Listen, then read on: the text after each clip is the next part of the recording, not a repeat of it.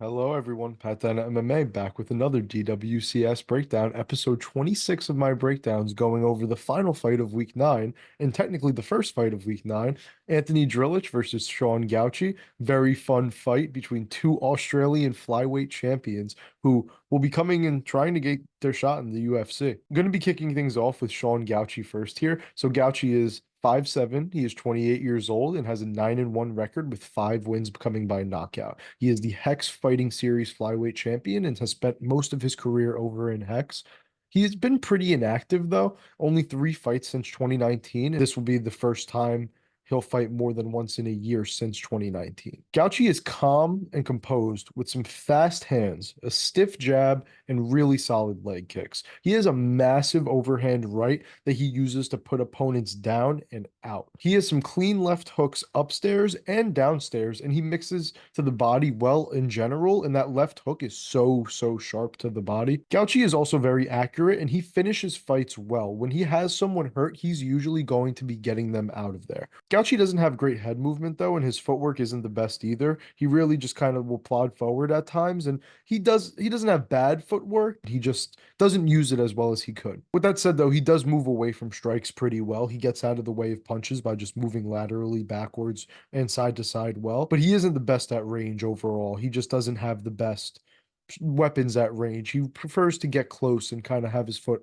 on the gas. And there are times where Gauci can be forced into a slower paced striking match, which really doesn't favor him. He needs it to be a bit fast paced and he wants to be able to put his volume on opponents. Slower paced fights aren't the best for him. And I've noticed that after he throws that overhand right, he'll throw it and then duck, but not duck while he's throwing it. He'll throw it and then duck away after he throws it. So that's something I noticed that could be picked up on. Gauci isn't the best in the clinch either. He kind of does get outmuscled a little bit sometimes, but he does have some really big shots off the break. Whenever he breaks in the clinch, you have to expect some big punches coming your way. He also has some pretty incredible timing on his takedowns. I mean, if you watch his takedowns in slow motion, it's like he knows exactly when his opponent is about to throw a strike and knows exactly when to shoot. It's crazy. He has some of the best timing on his takedowns I've seen from a guy who really isn't a wrestler, I'd say. I mean, I'd say he favors more towards his striking. He's a very well-rounded fighter, but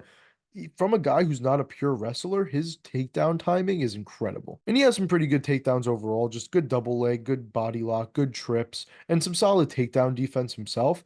He's not much of a submission threat when he gets it to the ground, though. He does have some decent sub defense, but he doesn't really do much on top other than land a little bit of ground and pound and just control the fight. And Gauci does have the win over Steve Urseg. I thought that fight could have went to Urseg, but it was very close. In that fight, the third round did show a little bit. His gas tank did not keep up with the pace of the fight, and he did wear down a bit later in that fight. And it seems like he might just wear down when it gets later in fights in general. And I just not sure about his gas tank. It's a bit of a question mark as of now. His only loss was also to a southpaw, which, as we'll talk about, Drillich is.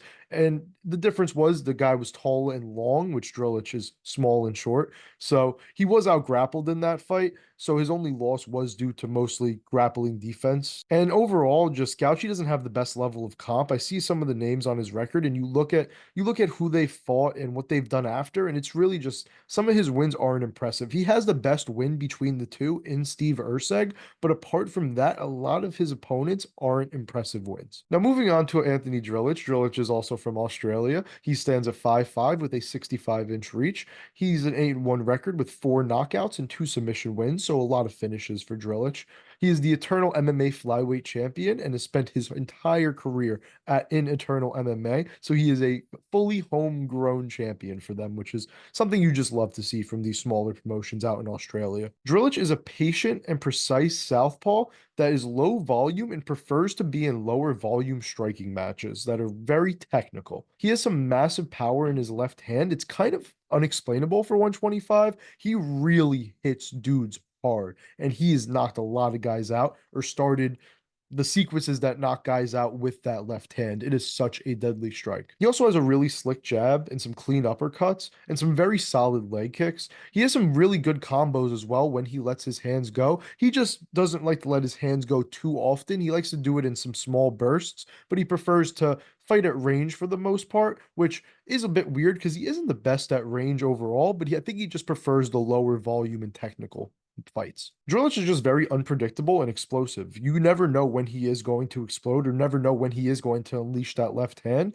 but he is just very technical and very basic otherwise. He has just a lot of 1-2s, 2-1s, and 2-2s. Throws a lot of those combinations just consistently, and they're very effective for him. He doesn't do anything that crazy on the feet, but it just works so well for him. Drillich also has some pretty good footwork and is just good at moving away from punches overall. And while he's not the quickest flyweight, he isn't really slow by any means. He just obviously has a speed disadvantage against a lot of flyweights because that's just not his goal. He's not very athletic. And at range, he does take a lot of kicks, I'm presuming because of his height, especially to the leg and the body. He just eats a lot of kicks during his fights, and it forces him to use his grappling a bit more, which he does like to use.